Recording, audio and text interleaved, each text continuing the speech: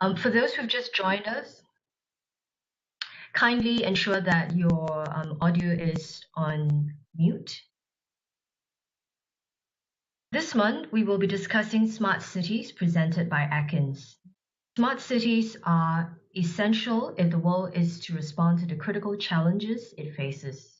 With the rapid urbanization of Asia taking place faster than anything ever seen in Europe or North America, it is posing to produce massive mobility challenges. This afternoon's presentation will explore this theme in more detail.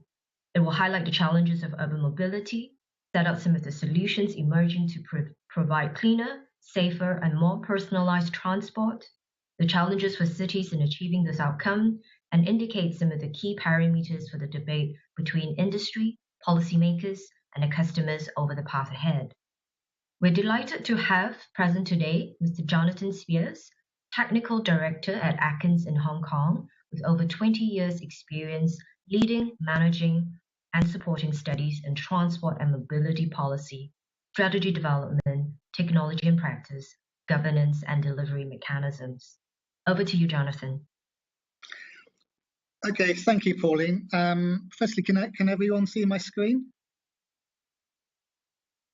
Yes, we can, Jonathan. Just checking I'm sharing it. Okay. Thank you, Pauline, for the introduction and the opportunity to speak at this webinar this afternoon. So I'm going to spend a few minutes talking about transport and smart cities, 15 minutes, so it's a bit of an ambitious exercise. But some of the approaches now being deployed to deliver better, more sustainable urban transport, including planning, technology, and the associated data management, stakeholder governance, and the relationships.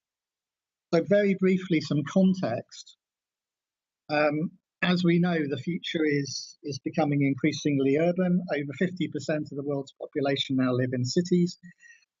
This is forecast to grow to over 2/3 by 2050.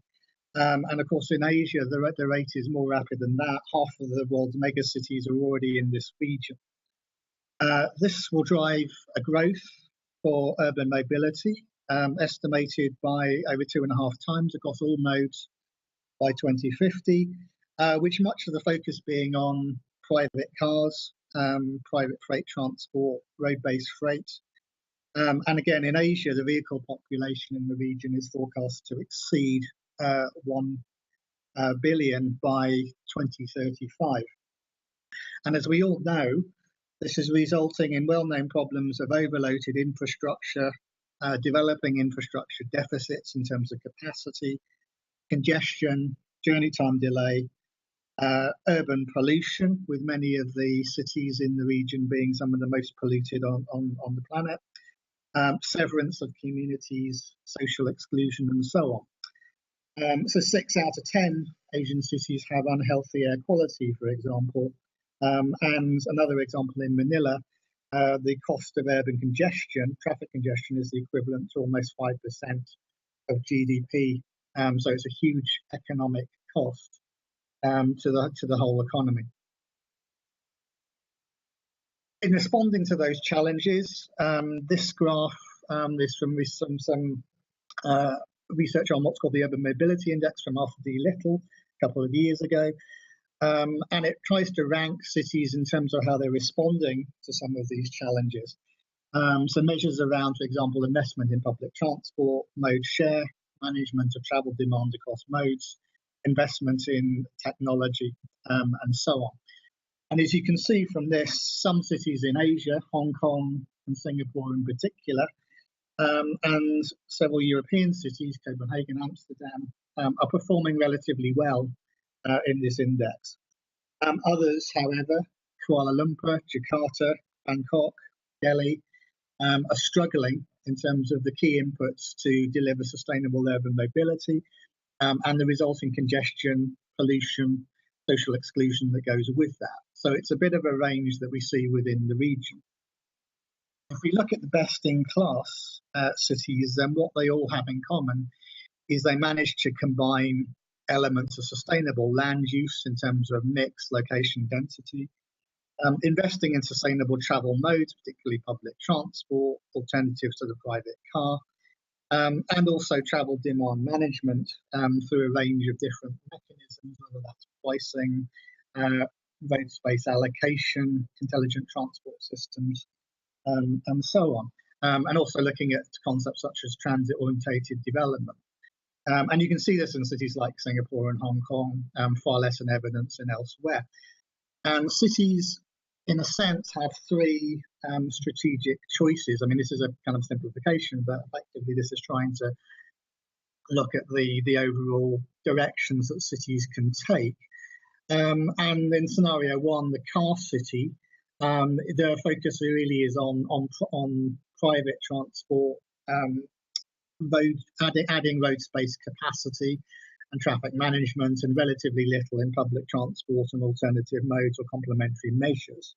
And Los Angeles and Houston would be classic examples of that type of approach until relatively recently. And so under scenario two, we're looking at investment in mass transit, metro systems via bus rapid transit, and some investment in bus and taxi. And examples there would be Kuala Lumpur, for example, or Dubai in the Middle East.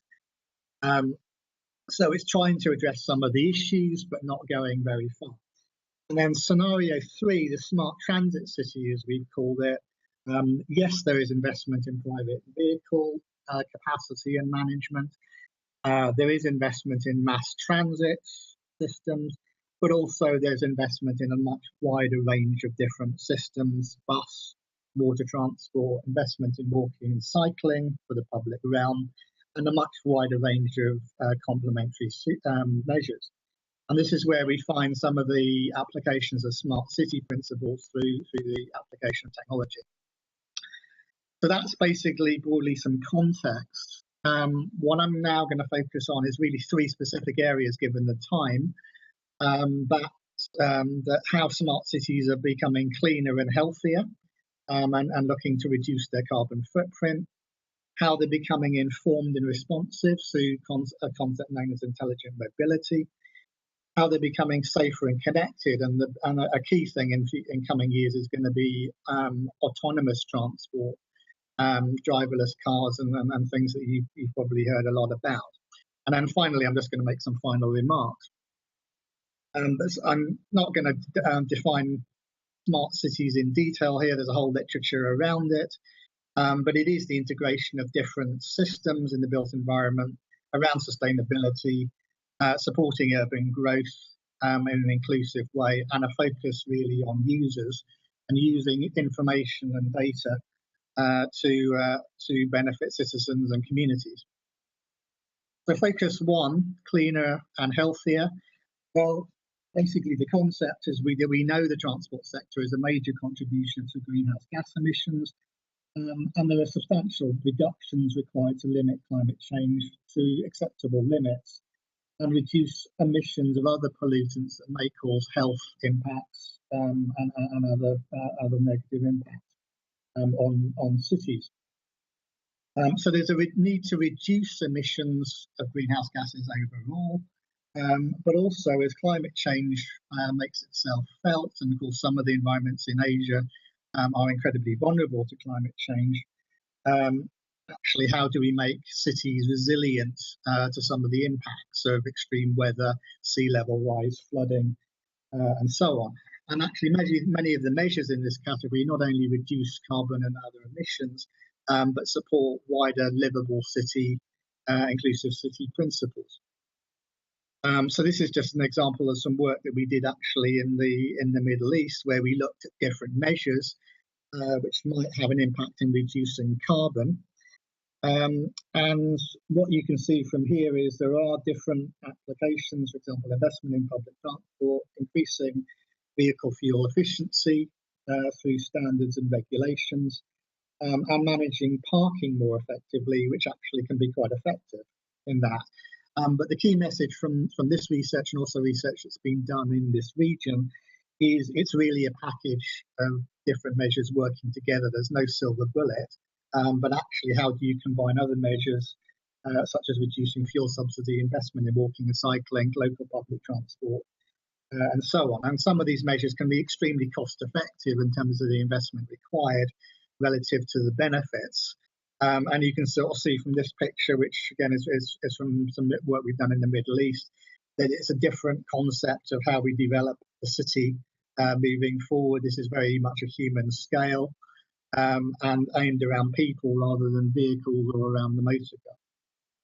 In the long term, we're looking really at the long-term electrification of road transport. So this is a roadmap between now and 2050. And we know that electric vehicles are becoming increasingly better performing now in terms of their speed, range, and their cost effectiveness. Technology breakthroughs in terms of batteries and energy storage expected by the mid-2020s. But cities need to take action now in terms of developing regulations and standards for those vehicles, research and development, supporting charging infrastructure for the early market, and also pricing and other user incentives, such as we've seen in Oslo, London, or more recently in Dubai, to encourage consumers to take up this kind of technology. Moving on to informed and responsive, essentially this is about using information technology and communications to inform people's travel decisions before and during their travel in real time, and that takes advantage of recent developments in smartphones, mobile communications, and personal electronic devices. And remember that the iPhone, for example, is only about 8 years since its first introduction, but it's enabled a revolution basically in terms of personal information, applications, communications, and so on. And that comes on top of the more investment in traditional ITS systems. And the key concept here is known as mobility as a service, where it provides a single IT platform for various travel options, whether that's car sharing, public transport, taxis, shared cycling schemes, and so on. So examples being Uber, for example, Move It, Lyft. And also, as we go through mobility as a service, we could actually see the end of this distinction between private and public transport as people actually move more away from private car ownership and more towards investment in the personal travel account that actually gives them access to different types of transport, whether that's cycling, taxis, car share schemes, and so on. So mobility as a service is something we're going to see a lot more of in coming years. And also as cities themselves invest in more sophisticated ITS systems, using advances in communications, data management, data collection, for example, using mobile phones to collect data and then use that to predict in the very short term how transport networks are going to perform, and using that to manage congestion and delay much more effectively. All of that, of course, is reliant on data exploitation and governance, and we've seen much discussion around big data, Internet of Things, and how actually all of this data that's around can be managed by the various agencies, and indeed how data itself is actually managed, owned, shared, stored, and used to actually benefit operators, users, public and private sectors, and so on. So there's an awful lot around data governance, again, to be debated moving forward. Final theme, safer and connected autonomous transport. Well, connected and autonomous vehicles are to some extent already here. So we've got some examples, the so-called Google bubble car, for example, which you've all heard about, the Navia shuttle at the top there. Actually, public transport operators are looking at how to automate their vehicles moving forward. And actually that delivers a range of different benefits, increased road efficiency potentially, and actually allowing infrastructure capacity to be downsized and made more efficient, with land savings, which then can be used for more development or improved public realm or other benefits, and increased road safety. And some of you will be familiar with the often quoted statistic: 90% of road accidents have a human contributor or human cause. and the increasing automation of vehicles, whether to assist the driver or indeed to replace the driver for all or part of the journey, actually has a major benefit in that respect, which we may see moving forward. Some discussion, a lot of speculation that, as well as Google, companies like Apple are actually looking at electric and autonomous vehicles, not only for mobility, but as an opportunity to sell additional services, applications to users who actually may have more productive time. If they're not actually spending time driving their vehicle, they have time to actually do other things like work, engage in infotainment and other activities. Again, a bit like the electric vehicle roadmap I put up earlier, significant technology breakthroughs expected.